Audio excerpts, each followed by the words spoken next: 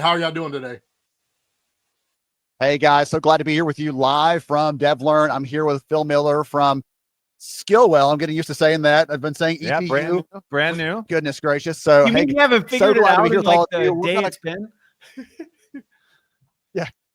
So it is now. So listen, everybody, here's your behind the scenes look at things. So for the last hour, we've been setting up and testing, and 5 minutes ago, the expo doors opened and there's a flood of people, and it is so loud here that George and Christopher are doing this, and I can't hear a single thing they're saying. So it's so wonderful. But there's excitement. It's excitement, right? You know what? It's all good. I can tell they're happy to see me and they're smiling. I'll take that. So, all right. So we're going to transition here. We're going to have a conversation about.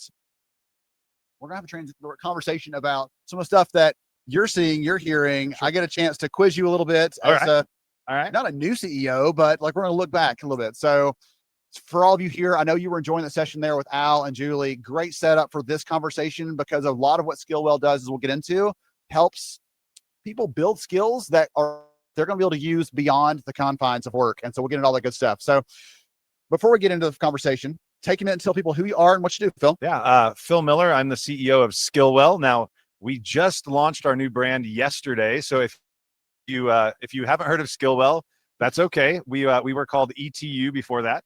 We do immersive simulations that train people in immersive scenarios for soft skills, for corporate training, everything from leadership to employee development, professional development, kind of across the board. And we launched our new product yesterday as well, which is an AI-driven authoring tool for building high-quality simulations in minutes, not days and weeks and months, which is really exciting. So we're super excited to be here. It's great to chat with you again. This is, I think, the third or fourth time we've been able to connect. So, yes, absolutely. All good. Well, so I had a chance yesterday to actually do the demo and was super intrigued by the ability to create something rapidly that I knew my managers would have needed back when I was an HR leader, right? Yeah. How many times am I trying to coach them one at a time through how to have these conversations versus saying, let's get all of our managers through this, see their specific skill gaps, which is probably my favorite part. Correct, right. The data, yeah. To the specific, okay, they're great here. They need help here. They need to have some empathy. How do we develop that?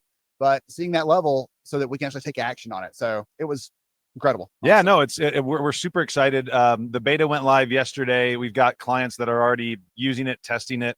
We're demoing it live here in the booth. If you're here at DevLearn booth 109, stop by, get a demo. But yeah, it's really exciting to be able to take something that simulation, such a powerful form of learning, but to build really good simulations is hard. And we've been able to, I think, democratize that with this new platform. And that means that subject matter experts can build simulations rapidly and not require days, weeks, months, actors, et cetera, to make that work. Oh, goodness. I've always hoped to get hired as an actor for that sort of thing. I've not made it yet. So maybe someone's out there's building a course and you need an actor to be your person. Hit me up. You know how to reach me. All right. So one of the things that I noted as we were prepping for this is you have been at ETU for like just at a year now. Skillwell. Skillwell. Yes. I've been at Skillwell for 1 day. I've been at ETU for about a year. I've been at Skillwell for exactly 1 day. Exactly 1 day. Yeah. With that 1 day of tenure. Yeah, 1 day of tenure. What are your lessons learned looking back? Yeah, so I've actually been in learning and development for a long time. I was at Blackboard and involved in the Moodle community and a lot on the LMS side. And so this is my first time really on the simulation side. So I actually spent a lot of time in the first 6-8 months going deep into the science of learning and why different types of learning matter. Why is immersive learning important? I met and spent some time with a guy named Dr. Paul Zach, who right there. I'm covering it. Paul, there's a free promo for your book. Talking about the neuroscience behind why simulations are important, why for certain types of skills, simulations can actually sometimes be even better. You think of face-to-face as often the premier form of training, but the reality is there are times where simulations are actually better than face-to-face. You know, are you really going to do a role playing with your boss on the other side? Or like, are you going to feel safe in, if somebody asks you to role play and act in a certain way, are you actually going to be able to do that? So there are times where, whether it's psychological safety or just the ability to actually put yourself in that scenario, simulations are actually more important. So I've learned a lot about the neuroscience of this, and a lot of that's gone into the platform that we released yesterday, which is really exciting to see. Well, I love talking about the science of learning. I was actually put a send a report to one of our team members yesterday talking about this, because great keynote yesterday, by the way, here at DevLearn about science of learning. Yeah. Well, what's wild to me is, for anybody out there who's also sort of creeped out by the whole role play thing, like it's just hard. It's awkward. It's hard sure. Because when we're doing it, we know that it's a role play. We know that the other person's doing it. Like, I'm a youth sports coach. Yeah. And so when I'm like, hey, go do this thing, but act like it's live, it still isn't live because the other person knows that it isn't. And they'll respond differently. Exactly. So being able to do it in your own sort of cone of silence, your cone of safety. Being able to repeat it multiple times if you need to, being able to get multiple test points. So all of our simulations, with the science behind it, is, you have a decision point that's tied to a skill or a competency, and you have multiple of those decision points throughout the branch scenarios. I mean, there's a lot of science behind it that shows that it's incredibly effective for learning, especially soft skills that are honestly some of the most important, but also can be hard to train. Yes. Hard to train on, and also hard to measure.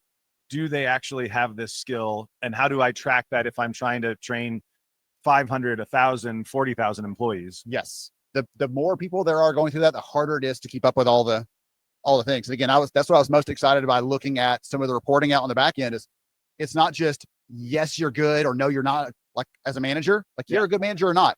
We all know it's much more nuanced than that. And to be able to get into hey, you're really good at showing empathy, but when it comes to making the decision, you struggle with that, or how to communicate that vision. Difficult conversations. Yes, yeah. Those sorts of things you get really tripped up. We had somebody stop by the booth yesterday that said, can we build a simulation about having a difficult budget conversation with your manager?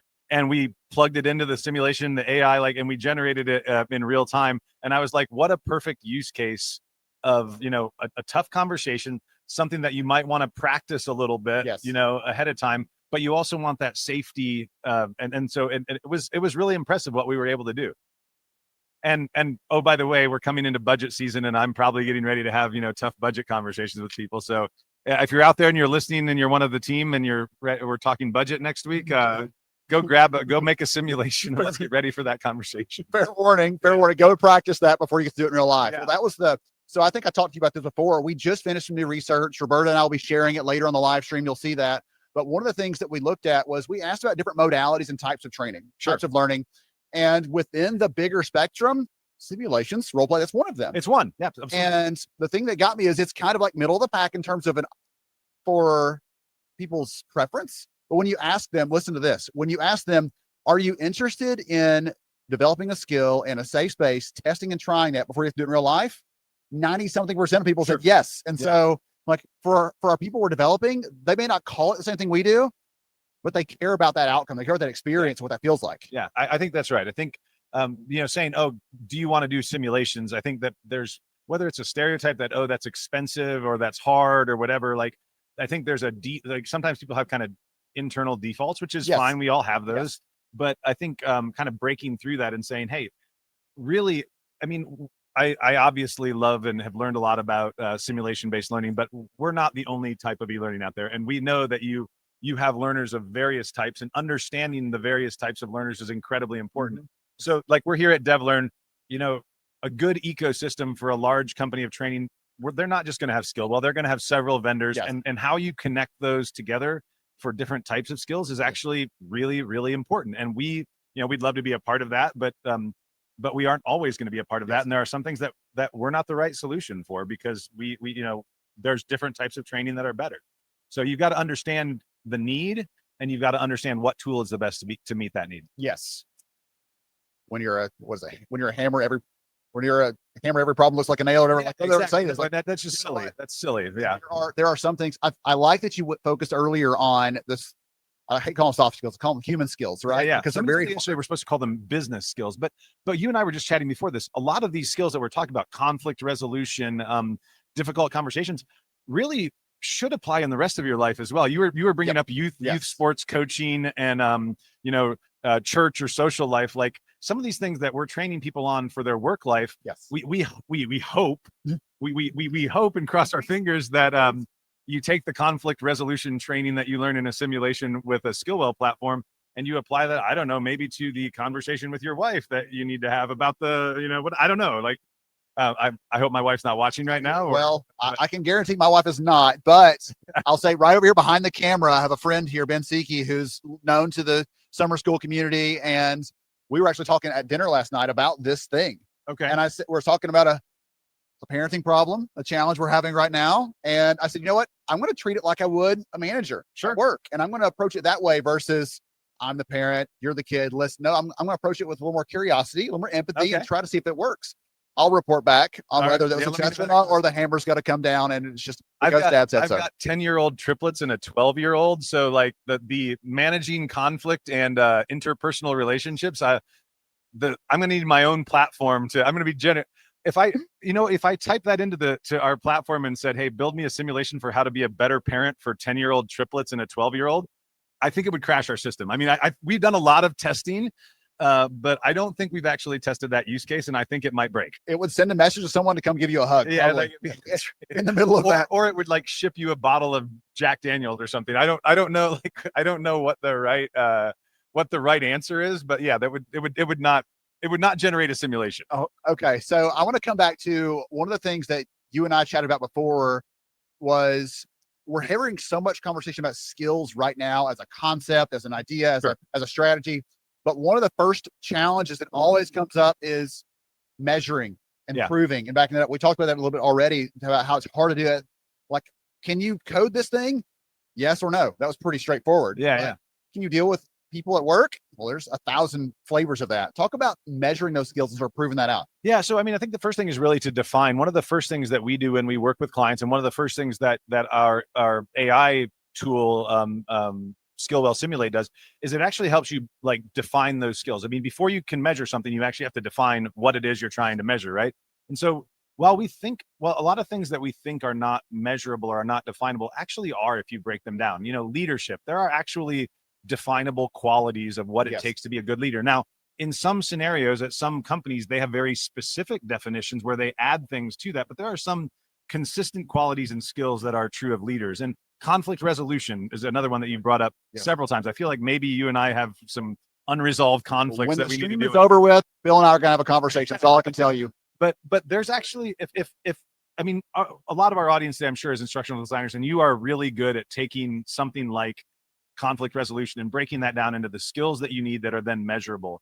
And then what you do in a simulation is you turn that into scenarios and decision points, and you have, hey, this decision point maps to this skill. And one of the things that you have to do to build a really quality simulation is you kind of have branching and things, and these are what our platform helps you do. But you test those things multiple times in multiple different ways. So it's not just like a difficult budget conversation. It's not just like one part of it. You actually interaction, and then you're like, yes, it's a fail. It's a conversation, right? Because a budget, you can't ask a true false question on an assessment about, are you good at negotiating your budget, right? Like that doesn't make any sense. But could you put together a 10-minute simulation with a conversation with whether it's a real actor or a simulated avatar about a budget? Yeah, you can do that, and you can break that down into skills. And if we do that, then we have, let's say we have 1,000 managers across a large organization that take that. If we've defined the skill, we can actually take those decision points, turn that into data about the skill, and then we can say, hey, like your budget conversations are going to be tough because your team is not, practice. Active listening is an important part of a budget conversation. That's one of the skills you want to have, and your team's not very good at it. So like you need to work on that before the budget cycle goes. So like, if as long as you can break things down into measurable skills, then we can then generate the data behind that, which is really fun. You said something like everybody gets it, and I don't know that everybody does, in the very beginning, where you said like you've got to decide in advance what you're going to try to measure, then back into that. So often, when you see it in like performance management, for example, where we're like, we did not get 100% compliance on our performance process. Like, is your goal 100% compliance, or is your goal better performance out of your people? Yeah. Okay. Well, if the goal is better performance, what do we need to change about how we're communicating and how we think about it, how we design this? If your goal is compliance, well, then there are ways to do that. Go check the box. Go get them. But you've got to decide what that outcome is you're trying to get to. And I'm glad you mentioned that, because when it comes to learning, especially, it feels like measuring on the back end. A friend was telling me yesterday in a session, like they raised a hand talking about learning measurement. They said, hey, how do we measure the performance of training for salespeople? Sure. Like, sales, maybe? Yeah. That's a good indicator. It's an easy one. For an admin, it's harder. For someone who is a people manager, it's harder. There's more nuance there. Yeah, absolutely. But people have been doing this for a long time. I mean, there's been executive coaches for like things like leadership executive coaches. So we know what some of those characteristics are. And if you don't, like, companies like Skillwell can actually help you. And AI can also help you, right? Like that's an area where our tool leverages some AI stuff in the back end to help you define and measure those skills better. And that's really fun. Well, Christopher, I saw him in the chat. He actually said this is a great use case for AI. It's not just creating meaningless stuff. It's not just pumping out lots of content and overwhelming people. AI slop is all the rage. Yeah. But this is a really well-defined, very specific, low-risk way to use AI. But there's an important thing to remember here. Like what a lot of companies are doing that I think are not being, well, I don't say a lot. People that are struggling with how to use AI, especially on the measurement side, they're just kind of unleashing AI. Like, here, oh, you need coaching. Here's an AI coach. If you don't go and do what we just talked about, like define the problem you're trying to solve, define the outcomes, then just turning on an AI chatbot, all you're going to get is, my manager spent 1,700 hours with an AI chatbot talking about leadership, as opposed to if you define decision points, build a simulation. Empathy is a skill that we need to work on because we've tracked it consistently across, thousands of people taking that simulation. So I think we have to be careful. AI is going to be incredibly powerful in transforming learning. That's why we're embracing it. But we have to be able to give some structure so that we can actually scale the back end of that, right? Is it great if your leaders are out doing an AI leadership chatbot? Sure, that's wonderful. What do you learn about that, about how to build culture and how to build a culture of leadership? That's a harder problem if you're just kind of unleashing it on the company. Yes. Well, a conversation is different than I have to commit to a decision. Yeah. Right. And it's right or wrong. And then I get coaching back on that. And then I can hone in on the right direction. I think about it like when planes are trying to go around storms, they use vectors to try to get to the place they're going. And you're vectoring on that skill until we land in the right spot. That's a great example. And there used to be a really fun iPhone game where you had to route planes around until they all crashed. But yeah, absolutely. I was one of my favorite. Very fitting right now with all the weird stuff going on with flights. I've got to fly to Ireland tonight, to our headquarters in Ireland. So let's not talk about flight delays. Conversations. Yeah. Thank you all for forgiving us for that. All right. So I want to ask you one last question before we wrap up here. During the keynote portion with Julie and Al, we had them talking about some of the great things learning's doing right now. I want to ask you another question. I want to say, what is something that learning leaders, like the ones that you and I can see here, I can flip the camera around for the audience, but see here in the audience here, what are some of the things that they need to stop doing so they can start doing the right things? Wow. It's 30 seconds, right? No. It's a great question. I think we need to stop being dependent on the things that have just worked for us in the past and just kind of roll things forward. I think so I gave this example last night at dinner, and this is a true story. If you ever want to add complications to your marriage, we're way too open here, but I'm gonna do it anyway. Buy a boat, okay? And buy a boat that will impact your marriage in negative ways, okay? And it came to the point where I had to take boater training, and I went to take the boater training, and you should go just sign up for boater training if you haven't done it. The course is very old, and it looks like it was filmed. People are in like weird swimsuits and stuff, but they just keep using it. Every state keeps using these old boater training courses because why change it? Yes. And I think one of the things that great leaders, one of our definitions of leadership in Skillwell is leaders drive change that creates new value. And that's one of our core tenets of leadership. And if you're still doing the same thing, if you look at any part of your learning and development group and you say, we're doing the same thing exactly the same way that we were doing it 2 years ago, 3 years ago, 5 years ago, you got to really examine and say, should I stop doing that? Is there a better way? Is there a new thing that I should be doing instead of that? Because unlike boating, where read, write, return, and certain things aren't those laws aren't ever going to change, right? The world is changing much faster than that in the business environment. So look at your portfolio, look at all of the problems you're trying to solve, and say, which ones of these have I not changed in, set a time frame and go take a look at them and take a hard look at them and say, let's jettison that and find a new answer to that problem. Or is that still the right problem that we should be addressing? Give me that leadership call out one more time. Leaders drive change that creates new value. That's one of our tenets of leadership. To be fair, I actually it's not my own. I stole it from a woman named Lindy Brewster and my former boss Bill Ballhouse. But it's part of our definition of leadership. If you're not driving change, you're not leading. That's part of what we say here, because you're not advancing things forward. And so when we talk about like leadership training for us, one of the things that we measure and I coach my team on is what are you changing? Like, what are you doing differently? And that's different than management, right? Management is getting planning, goals, delivering. Yeah, leadership is driving that change, and so that's an important part of what we're doing. We're trying to do here at Skillwell, and we just changed our company name, our colors, our product. So right now, I would say the team's doing pretty well at leading, because pretty much everything has changed in the last 24 hours. So, I was looking for this. I was laughing because so the DevLearn t-shirts that they had this year, I was like, they got the Skillwell green. Like, yeah, we did not. That was not coordinated at all. It was not. Or was it?